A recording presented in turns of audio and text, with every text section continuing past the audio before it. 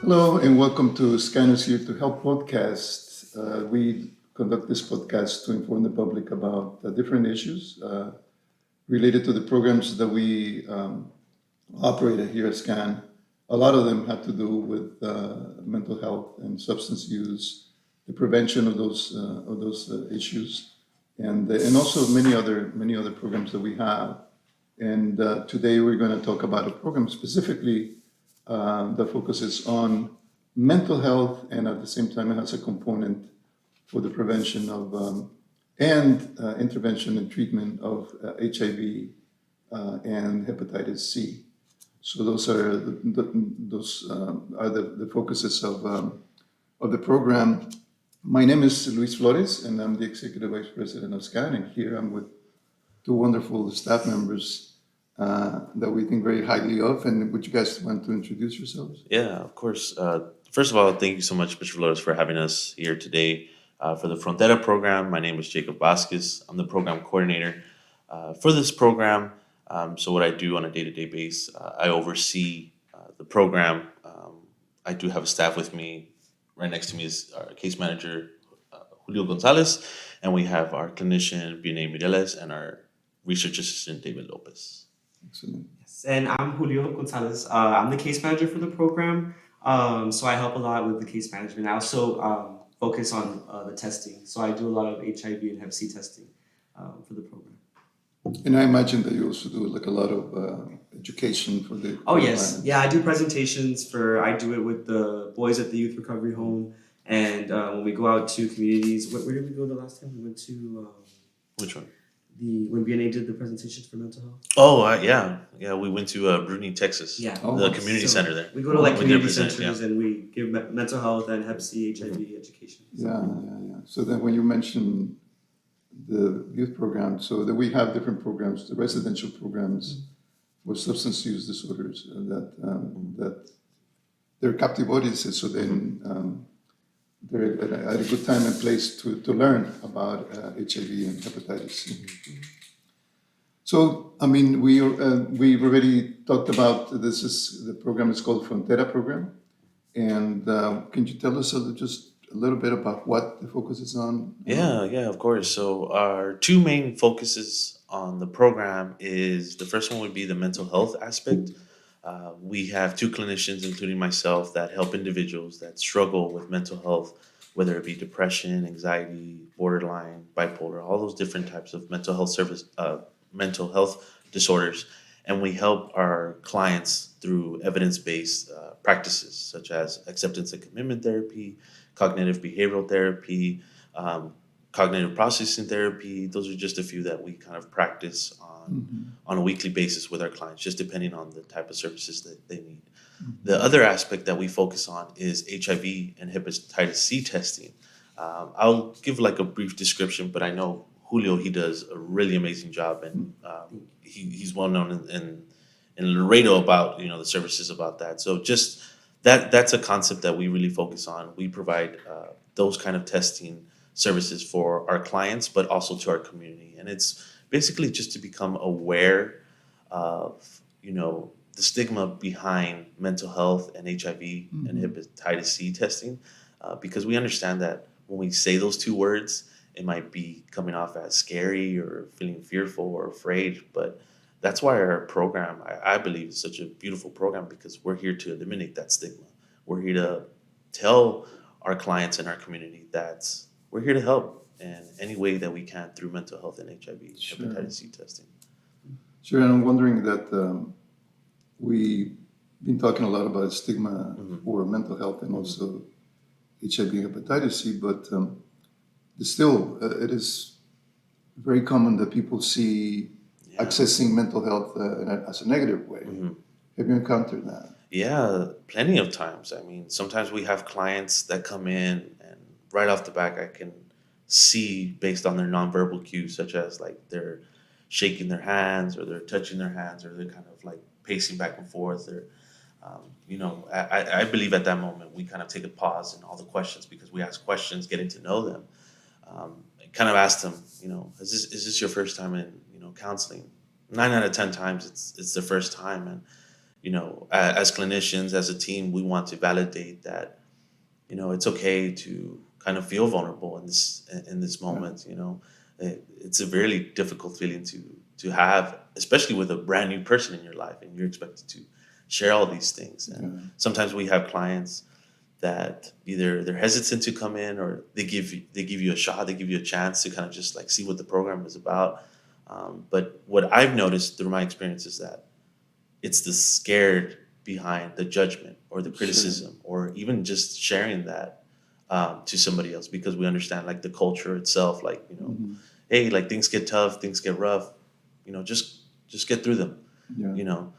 But this program is designed to kind of identify or strengthen someone's belief that you can reach out for help and that's okay too. Yeah, and I can imagine, you mentioned vulnerability, I can imagine how vulnerable people coming here, that just the act of coming here or calling to find out about the program is an act Right. of courage because Yes. they come with ideas about therapy and about themselves if they reach therapy. I imagine like I don't know, people are going to think I'm crazy or something else, something like that. Yeah. That or I'm weak, whatever we stigma we attach to it. So, what if people come to therapy with those fears and maybe sometimes negative expectations? Can you talk a little bit about the process of therapy? How should they feel less fearful about coming here? What happens in the process when they reach out and you meet them for the first time? Well, I'll speak from the clinical aspect, but then I'll kind of transition to Julio about what he does as a case manager and what he can do, to kind of lessen that stigma when it comes to clients. One of the best practices that we do when we have clients call or either email us or kind of leave us voicemails, we like to create that safe space first and foremost. We like to kind of tell them a little bit about ourselves as a clinician, as a program, that and validate that, what they are going through or what they may be having difficulty with. Like it's okay, and to thank them for sharing and reaching out. I think providing that validation for them to just thank them. Hey, like thank you so much for reaching out. I can't imagine how difficult it was for you to just reach out or even right now just to share what's been going on and concern. I think creating like that sense of safe space for any individual that calls our offices to kind of just let them know that, thank you for calling and, if you want to come in, you're more than welcome. Also giving them the option like, hey, you're more than welcome to just come in and just to talk to somebody if you want to reach out. And then once they come in, we educate them on the services that we have, that we provide, and also the HIV services and the case manager, the psychiatric nurse, all of those things that we have to provide to the community.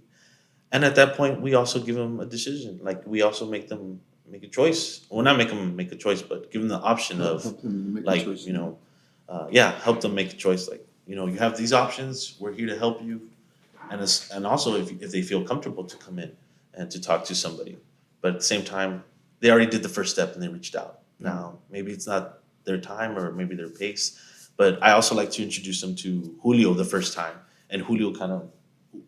Can you explain to Mr. Flores like what you kind of do like the first time? Yeah, before I get into like the case management aspect, I wanted to play off a little bit of why I think this program and SCAN in general are kind of really important to the community, because when we think of barriers that people face, for example, socioeconomic and things like that, a lot of people don't have the money for therapy, for private practice therapies, and SCAN, and that's one of the big stigmas about mental health, is that it's expensive to feel better. Like if you're feeling depressed, then you gotta put in about $300 or whatever amount for a therapist. And although those therapists are amazing, they're established, we offer it for free. So that's one barrier that we kind of break down. And I think that's important because, you come in and you're not really at risk of losing much. You're not going to pay for someone and then, you lost some money, Right. Yeah. And we have 2 counselors, we try and make them feel as comfortable as possible. And, Laredo is pretty much, I think like 90% Hispanic or Latino, 95, right? 95? Yeah. 95. So, but we have clients of all different backgrounds, and we try and adapt to them and, work with them. And I think that Jacob and BNA do an amazing job at taking the clients in. I mean, I feel like I'm always busy with them. They're busy and I'm busy with them too. We have a good amount of clients, and we're constantly getting referrals, and it's really, really nice. But moving forward, I'll go into the case management. Yeah. I provide a lot of case management for my clients. So going back to the barriers, like you can't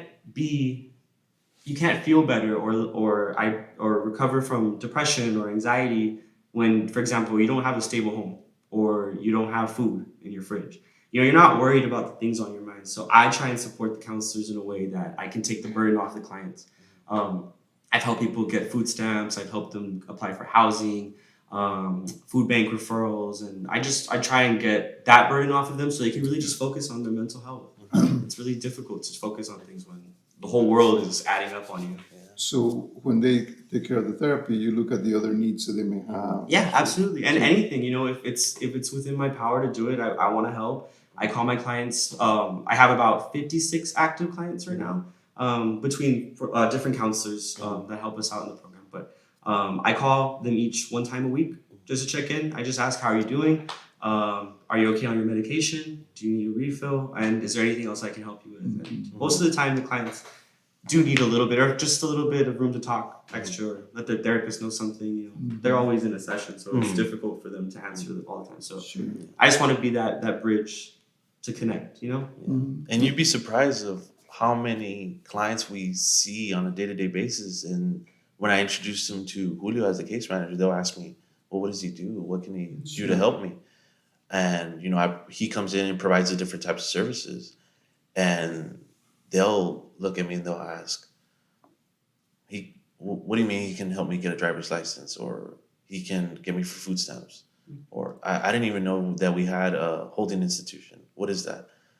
So clients come in not aware of the different services that not only we provide in SCAN, but around the community. Yeah. And, we hear that. And, another thing that I hear with clients, as soon as I'm done with the session, they'll ask me, oh, so do I give you my insurance card, or how much is the fee for today? And I educate them, like, the program that you're in, we don't have a fee. We don't take insurance. Everything there's free. And I mean, some clients I have like that, they're just shocked that, wow, like you provide this free service. Or I've had clients where they just like break down because they needed that break. Like, and right now, even talking about it, I'm reflecting. It's just like, man, that brings me like a great deal of sadness, talking about mental health in the community, that there's individuals out there struggling, wanting assistance, but they don't know where to go. And I think SCAN has done a wonderful job in implementing the different types of services that they have to offer, whether it be substance use, mental health, or any kind of services, whether family or individual or group, things like that. Yeah, no, I was reflecting also on the fact that the services are free, and it can be a burden for somebody to pay a fee. Usually therapy is done once a week, so then if the fee is $100, then you're out $400 a month. Yes. For as long as you need the therapy, so it can be a big burden for families. And I'm glad that you mentioned that everything that we provide. And this is for all SCAN, that all the services that we provide are completely free. You don't have to worry about co-payments or having insurance or anything like that. I wanted to talk, a little bit about the safety that you said that is provided here. You mean emotional safety, because of course there's physical safety, but also emotional safety, because people may have concerns that when we talk about HIV, hepatitis, that they have to talk about really personal stuff. Maybe they need to talk about sex, they need to talk about other risk behaviors. So tell me how, you guys can tell me how you go about it, so then people don't have those fears about being judged, Right. confidentiality, stuff like that. I can start with the HIV and Hep C, and I can tap a little into the mental health, but I want to really allow Jacob to focus on that aspect since he's a major part of that. I think that for starters, with HIV and Hep C, it's very complicated because people they have an idea and they know it's scary, but they don't really know everything about it. And I've noticed that, and there's no problem in that because that's why we're here to help. So I think there's an aspect of providing that information to our clients so that they can have safety in themselves because you'd be surprised how many clients they get exposed to like blood, for example, at work, and they say, oh, well, for example, like I work around blood and I touch it with my hands because I'm used to it. It's like, well, that's a really risky behavior, and we try to educate them in a non-judgmental way and non-confrontational.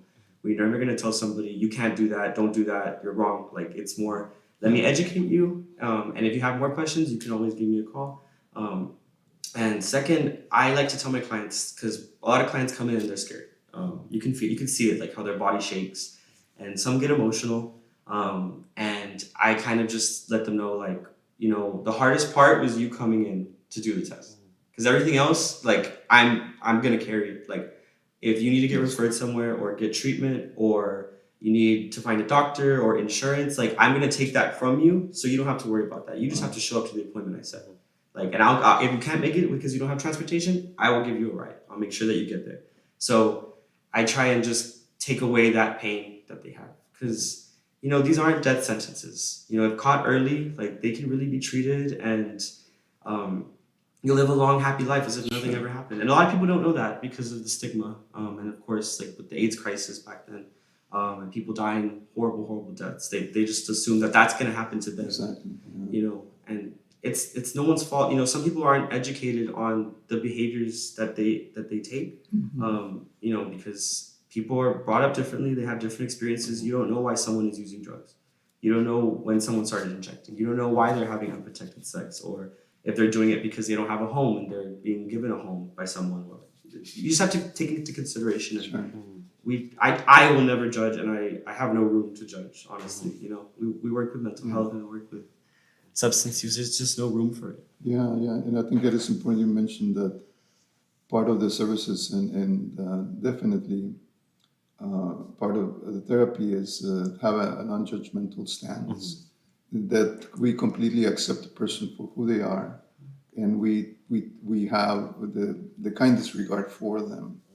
And I was really moved when you said that people come here with a burden, and then that we kind of share with them, that we kind of hold it for them, and in order to create that. I think that is amazing, that people feel held and feel safe because somebody else is there that cares. And I think that is really important. I don't know if you want to add something related to that. Yeah, I mean, that's the council. Our main concern, like Julio had said, and he does an amazing job. I'm so thankful and I'm grateful for our program to have an individual right next to me that's the way he is, because he does so much, not only for our program but for the community itself. He's so caring and supportive.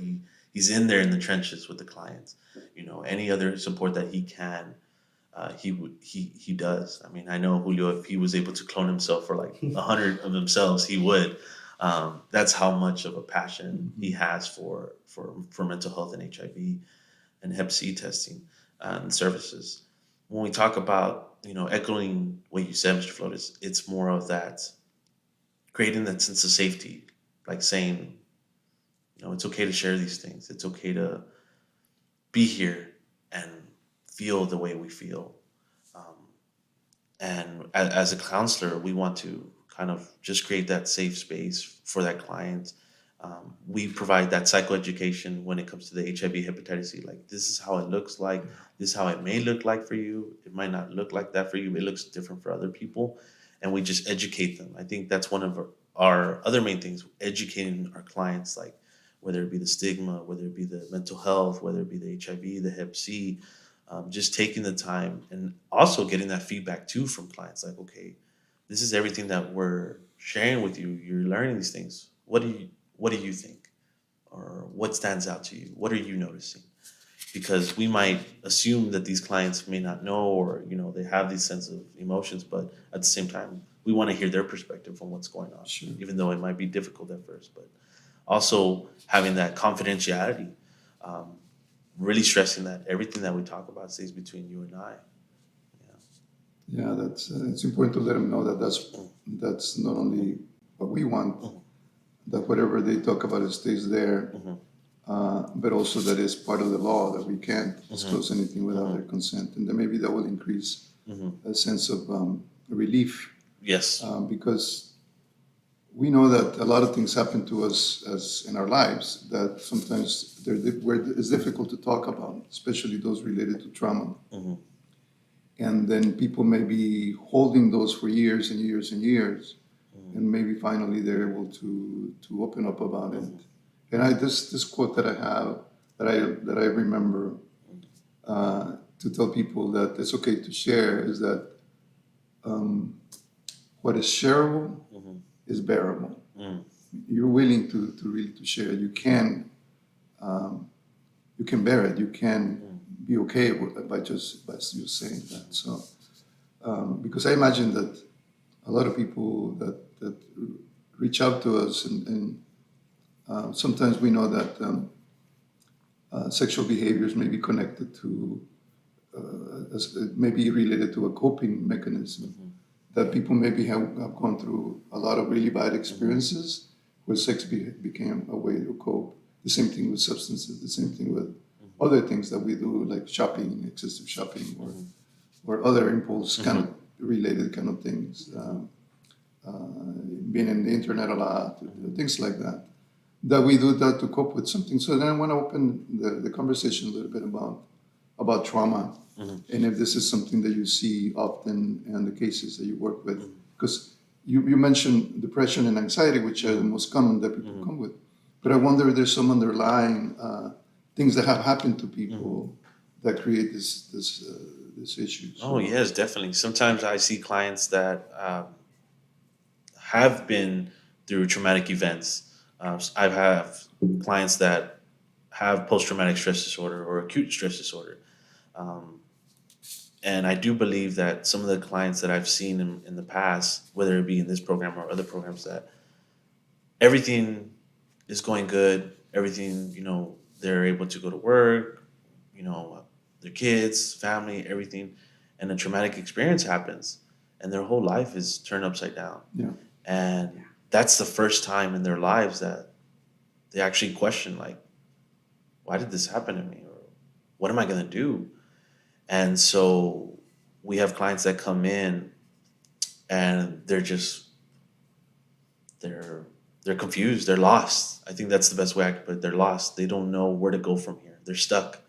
And what we know with cognitive processing therapy, which is one of the therapies that we do, is that we want to help those individuals get unstuck and recover. Um, Not so much staying in that moment, because that's what we know about individuals that struggle with PTSD. They're in that moment forever, or they're in hmm that past, and they can't get unstuck from that yeah. moment.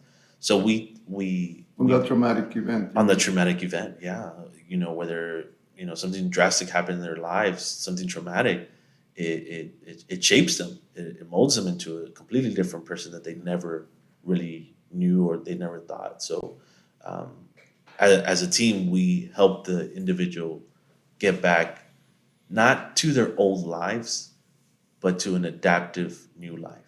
Because I believe that clients come in like, I just want to go back to my old life. Yeah, What we know with traumatic experiences, the old life is different. It's gone. But we can adapt and we can revenate this new life, this new form of idea of itself. Like, I'm not the same person I was before. I'm completely different now. I think that's what I can quote from my clients. Like, Sure. I'm completely different. I'm someone new. Well, one of the things that I guess happens often is that when people are able to talk about trauma, talk about what they happened to them, and then with the therapy, one of the things that can happen is they can then accommodate this event in their lives, actually learn from it, and maybe enhance their lives, maybe make their lives better because they walk with a different understanding of what happened. Yes. Yes.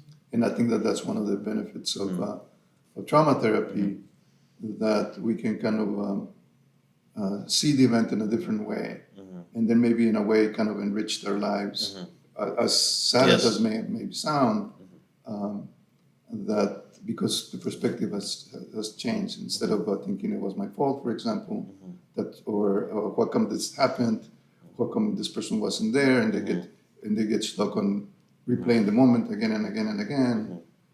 Now they're capable of seeing it differently, and move on. So I was thinking that maybe they don't go back to the old life; they go back to an improved life. Yes. An enhanced life, like Yeah, you said. yeah. I think that's one of the things that happens. So I think like allowing them to do that, because I think the culture that we have grown up in all over America and probably all over the world is like, you have to kind of, they tell you to figure it out on your own, but there really are some things that you can't. It's okay. Like, come in for a session, come in for a counselor. We're here to help you with that. But people grow up and maybe their parents told them like, oh, you can get through it. I got through it. yeah, Not everybody's built the same. Yeah.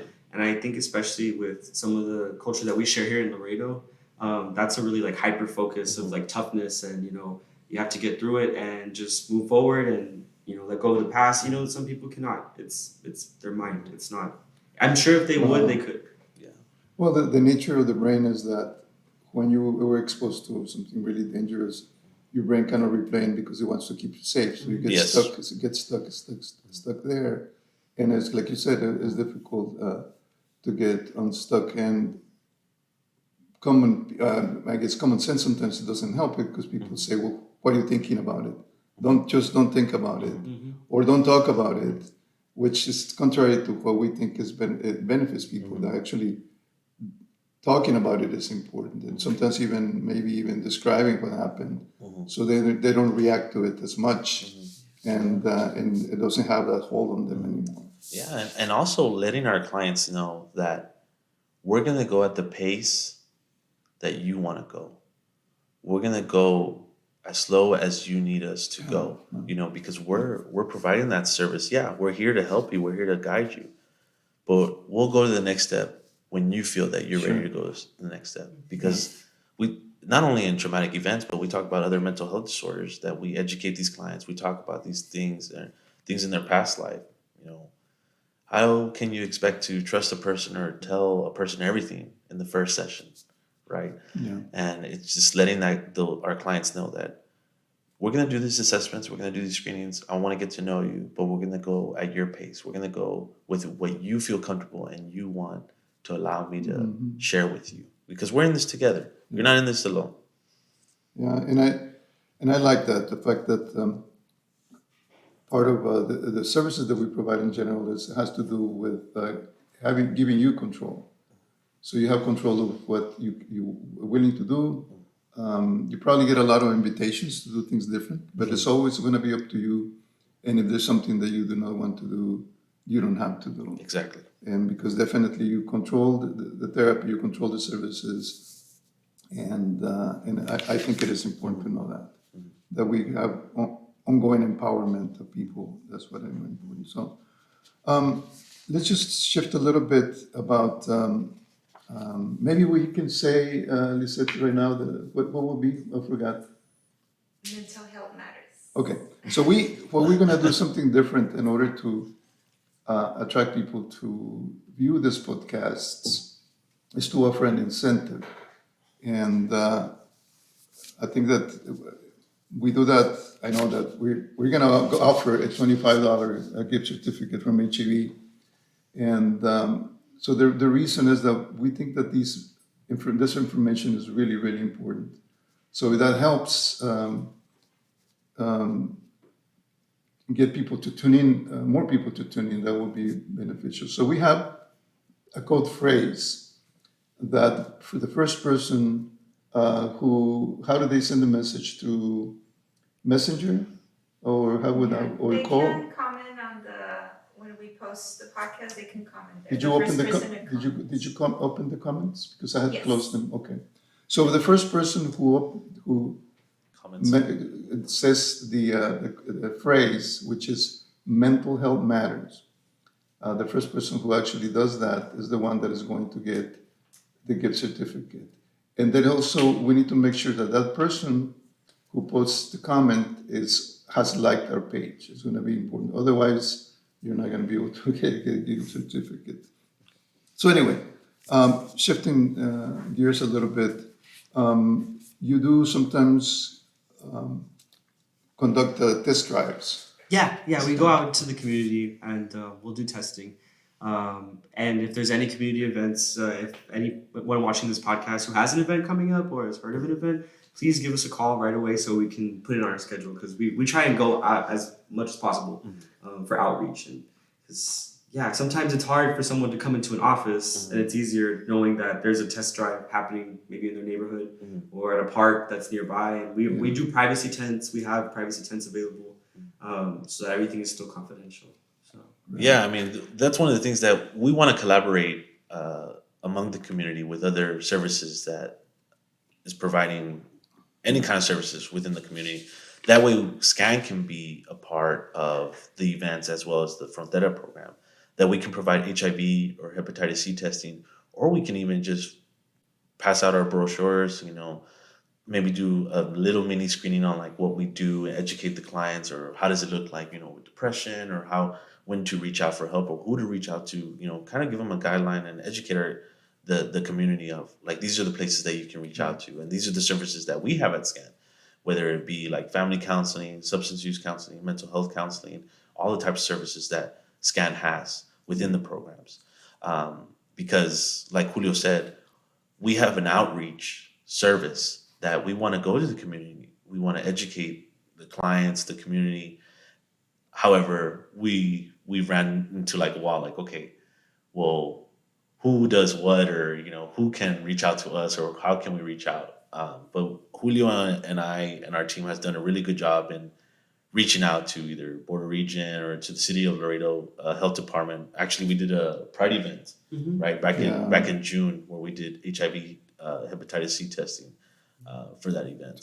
Two of our strongest partners, the city health department, with the City of Laredo, Border Region, Behavioral Health, incredible partners. Gateway Clinic, Yes. also, I mean, there are many others, but we work a lot with them because they offer incredible services. They complement the services So those that we provide. those are the outreach events that we want to do. And I know, Julio, if you can speak up a little bit about the walk-ins that we have Tuesdays and Thursdays. Oh yes, so I do a lot of case management. So sometimes I'm not in the office when people need a test done. So I allot in time Tuesdays and Thursdays where I'm from 4:30 to 6, where I'm for sure I don't have any appointments or anything, so people can come as a walk-in. Now that doesn't mean that they can't come before. If I'm here, I'll do a test, and we'll find someone to do the test. If not, a lot of the staff here is trained, even if they're not in Frontera. So, but that's time where I'll be here from the programs. Like, just make sure that someone will be here to attend. And we'll do everything in the same moment. Like, I'll get an appointment for either the prep doctors at Pillar or the health department for a confirmatory Hep C or HIV test. And going back to what you said about those programs in our community, I want to say that the health department has been an amazing help for us. I mean, because we do antibody tests, so it's kind of like the pre-test, and they take over and do the actual full HIV examination, Hep C. And they really help out with providing medication and treating that. Okay.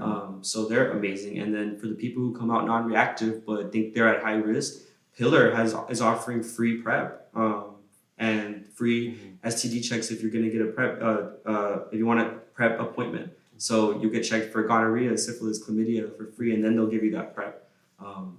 So the partners have been amazing within the community, and it's Excellent. awesome. Excellent. Well, I mean, I don't have any much to say. I was just thinking that people that may contract HIV, that may in itself may create depression, anxiety, and then also people that have also mental health problems may be a higher risk because of that. So I think it's a great Yes, sir. combination that focuses on the program. So how can people access the services? How can they do that? So one of the ways that they can, of the many ways, they can actually call the Hendricks office, which would be at 956-568-7105. And they can either reach out to me, Jacob Vasquez, my extension is 201, or Julio Gonzalez, his extension is 211. And they can just call, or they can even just come in as a walk-in. We're located at 1702 Hendricks Avenue. And if you're struggling, you want to talk to somebody, you're more than welcome just to come in as a walk-in, and one of the counselors, including myself, will set a time, even right there in that moment, and we'll go to my office and we'll just talk. So, I mean, we're more than happy to service you if you come in as a walk-in. If you don't feel comfortable coming in as a walk-in, you're more than welcome to call us, and we can schedule an appointment, or we can put you on a referral log at this moment. Excellent. And there also, you can also contact the scan main number. All you have to do is do a Google search and you can call the main office and then we'll direct you over here. Also, you can go to our website, www.scan-inc.org, and then you can also access the services through there. So just do a Google search, Scan Laredo, and that will we will get you to the right person. So is there anything, Julio, that you want to add before we end the podcast?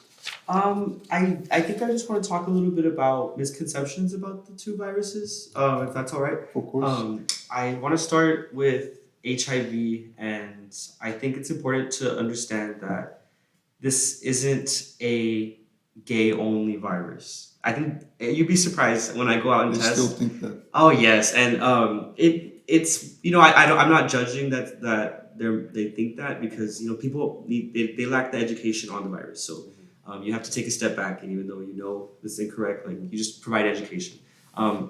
But I know in the times before, many years ago, there was the AIDS crisis, and that's when a lot of people were concerned that it was just a gay cancer. That's what they were calling it. So that leads into a lot of especially, like, I feel like the older folks, they still think that way, and providing education to them about how it's not just a gay man, it's if your partner's unfaithful and they may be having unprotected sex with someone else, or if you're using intravenous drugs, or even if you work in a field like, for example, nurses, and blood is everywhere, that it puts you at risk of that. And also, I wanted to mention that for Hep C is a lot more contagious than people think. It's actually more contagious than HIV, because HIV can live outside of the body for a few hours to a few days, but then there's Hepatitis C, which could be 3 weeks. Oh, wow. Yes. So, maybe, you didn't touch the blood directly, but it got on your gloves, and you used the same gloves, and you went to work, it can still be there. So if there's any questions about the viruses and you don't feel comfortable, coming in just yet, just give me a call, extension 201, and I can educate you on some things, and then we can schedule something. Or if you just want the info, then I'm available. I'll make myself available to the community. Yeah. If you just want to call and get information, you can also do that. If Julio's not available, leave a message, and Absolutely. we'll get back with you Absolutely. soon. So, what about you, Jacob? Anything you want to add before we end? I mean, thank you so much for allowing us to have this time with you, Mr. Flores, and just talking about what we go through on a day-to-day basis. And I mean, at the end of the day, me and Julio, we have this certain passion to help our community. I mean, I was born and raised here. I love my community. I love everything that it stands for. And, growing up, I saw a lot of things that I wish I would have known, to help either other people or to, become aware. And, right now I'm really sentimental, really emotional right now, because now I'm in that seat. I'm in that seat where I can help somebody. We can help somebody as a as a team, not only as a Frontera, but as a scan community family, mental health is not something that it's new, or HIV, hepatitis C is new. It's something that's been there, Yeah. but we have this certain agenda, or we have the stigma towards it that, we shouldn't talk about these things, or we shouldn't reach out these things. I'm here to say that it's okay to talk about these things. And you know what? We're willing to listen and hear you out and provide Yeah. support. Yeah, there's no need to suffer, with that fear, that concern. Reach out, and stigma is something that we're tackling all the time because it's really ingrained in our culture. Not only, I'm not talking specifically only about Hispanic culture, I'm talking the culture in the United States in general, that, we should keep secrets, not talk about it, that somehow it's going to go away, Yes. but that doesn't go away. So it's important that you take care of yourself just like you do when you have a physical symptom, you immediately reach out to the doctor. In this case, if there's a lot of anxiety, this depression, there are worries about your status, HIV status or hepatitis C status, reach out. Make a point to take care of yourself and decrease that worry, because we know that prolonged depression, prolonged anxiety can definitely have an impact on your body. So that you may develop eventually ways to cope with it that may impact your physical health.